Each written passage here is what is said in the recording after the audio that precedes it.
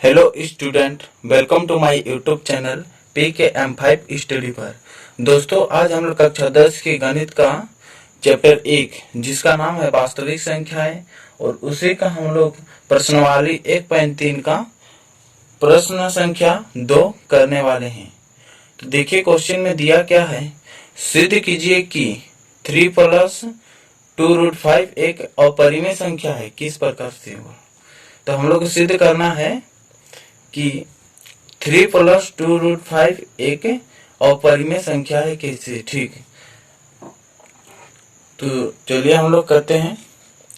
तो यहाँ पर सबसे पहले हम लोग को मानना है, यहाँ पर दिया क्वेश्चन में कि 3 प्लस 2√5 एक अपरिमेय संख्या है, तो हम लोग यहाँ पर परिमेय मानना है। ठीक, तो चलिए हम लोग करते हैं।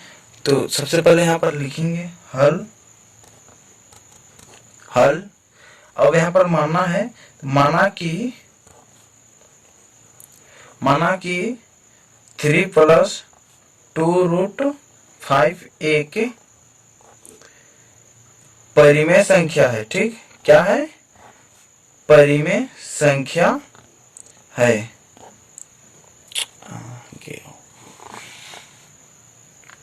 परिमेय संख्या है।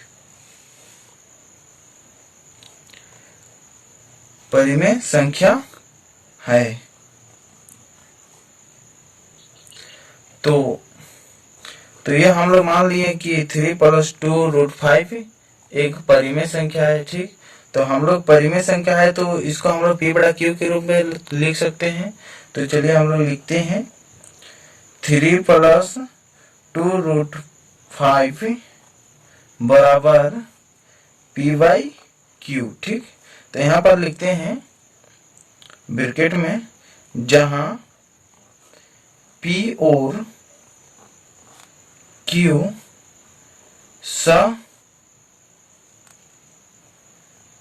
अभाज्य संख्या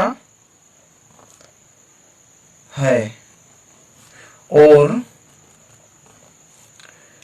Q बराबर 0 नहीं है। ठीक, तो अब तुम लोग सोच रहे हो कि अभाज्य संख्या क्या है।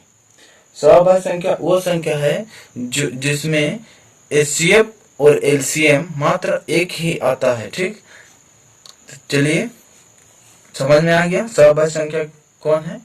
तो अब हम लोग यहाँ पर करते हैं। देखिए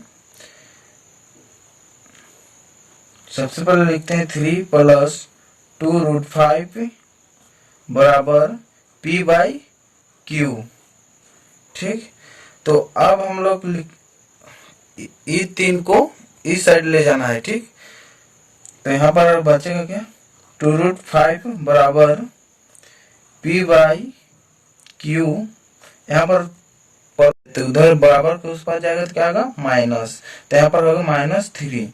तो अब लिखना है 2√5 बराबर Q। यहाँ पर 1 है, नीचे में कुछ नहीं है, इसका मतलब 1 है। ठीक, तो Q 1 और Q का लॉस लेते हैं तो कितना आएगा? Q आएगा। तो Q का कितना होगा? Q तो यहाँ पर ऊपर में P है तो P होगा माइनस एक Q। तो यहाँ पर Q और 3 को गुना करते हैं तो कितना आएगा? 3Q। ठीक है, 3Q।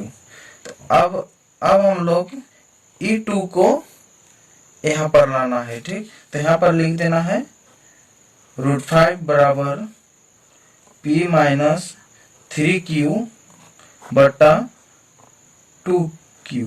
ठीक, अब देखिए ये तो P बटा Q के रूप में लिखा जा चुका, इसका मतलब ये परिमेय संख्या है। ठीक, जब E परिमेय संख्या हो सकता है तो E भी न परिमेय संख्या हो सकता है, √5 भी परिमेय संख्या हो सकता है, क्योंकि √5 बराबर P माइनस 3Q बटा 2Q है। ठीक, तो ये अगर परिमेय संख्या होगा तो √5 भी परिमेय संख्या होगा। ठीक, तो इसी का हम लोग अभी लिखेंगे। चलिए लिखते हैं। तो यहाँ पर लिखेंगे चूंकि P और Q पूर्णांक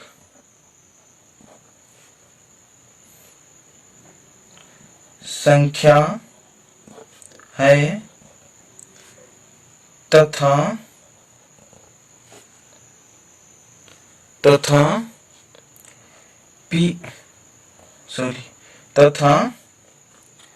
p माइनस 3q बटा 2q एक क्या है, परिमेय संख्या है। ठीक, परिमेय संख्या है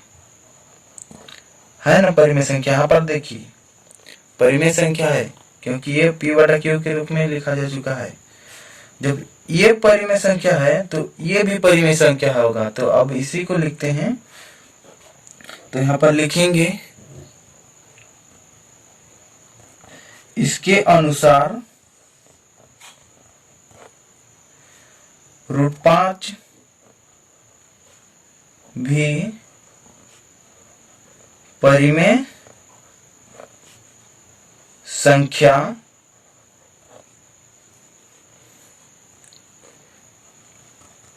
होनी चाहिए। ठीक,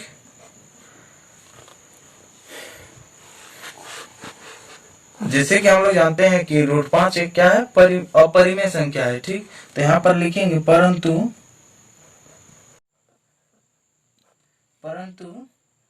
√5 एक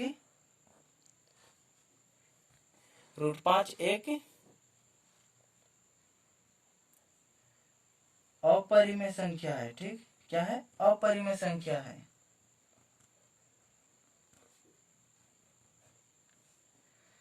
तो अब हम लोग लिखते हैं नीचे, अतः जब √5 अपरिमेय संख्या है, इसका मतलब हम लोग तो यहाँ पर देखिए ऊपर में यहाँ पर माने हैं, ये तो हम लोग गलत माने हैं। ये तो अपरिमेय संख्या है लेकिन हम लोग परिमेय माने हैं, तो यहाँ पर लिखना है उसी को।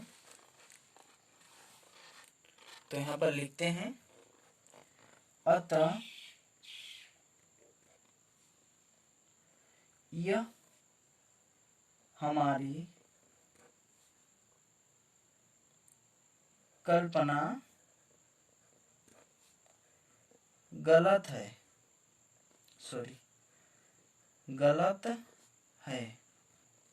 यह हमारी कल्पना गलत है। ठीक, गलत है कि पूर्ण विराम नहीं लगेगा। गलत है कि 3 + 2√5 एक परिमेय संख्या है। ठीक, हम लोग गलत कल्पना के कारण यह हम लोग गलत कल्पना लिए थे कि 3 + 2√5 एक परिमेय संख्या है। ठीक, तो यहाँ पर लिखना है, अतः 3 + 2√5 एक अपरिमेय संख्या है। ठीक, प्रूव्ड हो गया। ठीक, हम लोग यही सिद्ध करना था कि किस प्रकार से 3 + 2√5 एक अपरिमेय संख्या है। ठीक, तो मतलब कहने का मतलब यह हम लोग गलत माने थे, परिमेय संख्या है, लेकिन यह असल में अपरिमेय संख्या है। ठीक, तो चलिए हम लोग सिद्ध कर दिए।